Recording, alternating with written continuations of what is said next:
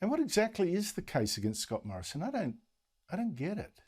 I mean, you know, he sneers and is arrogant, we're told. He's a bulldozer. But really, all right, I've only met Morrison 3 times, but he seems nice enough to me, genuine. And if he's a bulldozer, I'd rather have a leader who gets things done and smashes through rather than fiddle politely with his fork. I mean, leading a country is a serious business, hard. But we're told, oh, well, look at the cost of living. Look at inflation, Morrison. But I mean, seriously, Scott Morrison caused the Ukraine war. Scott Morrison caused the crash of China's supply lines. Scott Morrison caused the worldwide inflation spike. In most countries, inflation is far worse than ours. I mean, get serious, please. So what else is there against him? He went to Hawaii during the bushfires. Now, yeah, okay, that was really dumb optics. That was dumb, okay? But do you know, well, I'm sure you do. You do know, don't you, that bushfires are actually fought by state governments, state firefighters, right? He didn't handle the pandemic well. Something about vaccines, slow and all that. Again, get serious. I agree, there were stumbles early. I agree. But you tell me which country managed that disaster perfectly. Just name one. I mean, America? Britain? I mean, tell me. And yet, for all these terrible stumbles, we happen to have one of the lowest death rates in the world and one of the highest vaccination rates. And the economy's ticking over, better than most. What, you really think there's nothing to praise there at all? The way that Morrison is blamed for so much that isn't his fault. Or that, you know, this idea that someone else could have handled it perfectly.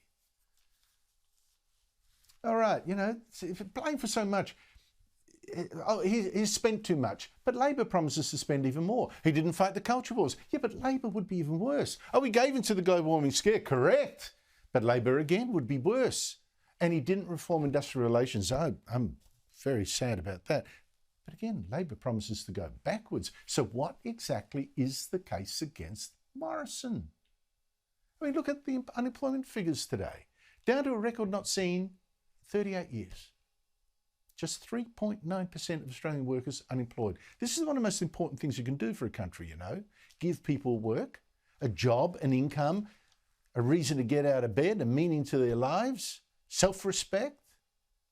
3.9%. Wow. So I repeat, what really is the case against Scott Morrison that tells you, the answer has to be Albanese? Joining me is Andrew Clennell, Sky News Political Editor. Andrew, 2 days to go to the election. You'll be glad, having to cover every day of it. The polls are grim for the Liberals, but the bizarre thing is, it's strange. I don't actually sense a mood for change like I did when Kevin Rudd won. Well, the issue with this election is, I think we sometimes forget this because it was such a surprise. Scott Morrison didn't win by that much last time. It was 51.5% to 48.5%. It was 77 seats to 69 seats. So not much has to change for there to be change. Really, Anthony Albanese probably needs to win 5 seats net. And so you might see a small mood for change, and that's enough. And I think if there is a mood for change, be proved totally wrong on this on Saturday night. I think it's in Sydney. I think Victoria stays about the same. Maybe 1 seat is lost to a Teal, 1 seat is lost to Labor. So if you're in Victoria as you are, you definitely don't see a move for change. It's status quo. But in New South Wales, which carries 1/3 of the seats, I think there are people who want to see the end of Scott Morrison. And I think that's why he's the underdog as we go in to Saturday. Having said that, maybe there are people just not telling the pollsters that they're, or not prepared to tell the pollsters they're voting for Scott Morrison, the so-called quiet Australians. That's the Liberals' last hope at this point, Andrew. Yeah, I think you're spot on, and we're going to, in a short couple of minutes, going to have a run through the card to see which seats are likely to fall and how Labor will be going on Saturday, as best we can tell. How bad was Anthony Albanese's slip today, you know, saying that the borders were closed and that explains why unemployment is so low?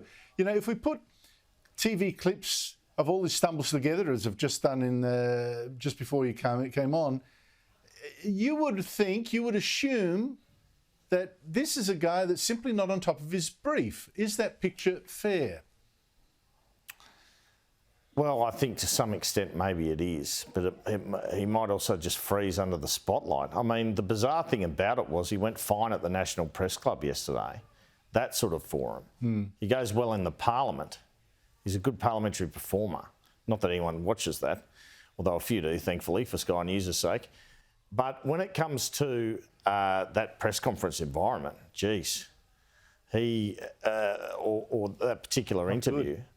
Not good at all. And I think it's a reflection if Labor does win this election. I said earlier this afternoon, it's like the Anastasia Palaszczuk-Campbell-Newman contest. In that Queensland state election contest, 3 days before polling day, Anastasia Palaszczuk couldn't name the GST rate. There was a front page in the Courier Mail. I thought she's gone. When Anthony Albanese stuffed up on the unemployment rate in this campaign, when I asked him, I thought he was gone. Not the case. Sometimes people don't need a convincing opponent. They just want to not see the incumbent again.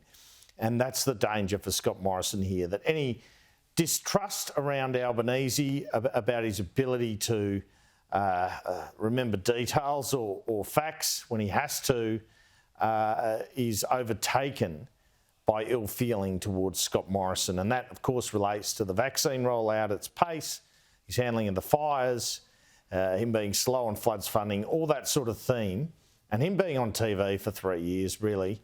No one lasts that long in these jobs, it seems, that is an overriding thing for voters. But I don't think there's any doubt at all, Andrew, that Labor's primary vote will not be as high as they want on Saturday night, and they're not going into the 80 seats mark like Kevin Rudd did, for example, because of Albanese's performance in the campaign. If he'd been more flawless, you would see more people voting Labor tomorrow. Without a doubt. Yeah. Without a doubt. Saturday. Can you imagine what a figure? Yeah, well, can you imagine what a figure like Bob Hawke or Gough Whitlam would have done with these circumstances? You would have put down the glasses long ago and called it. And Andrew Clennell, thank you so much indeed for your time. Thank you, Andrew.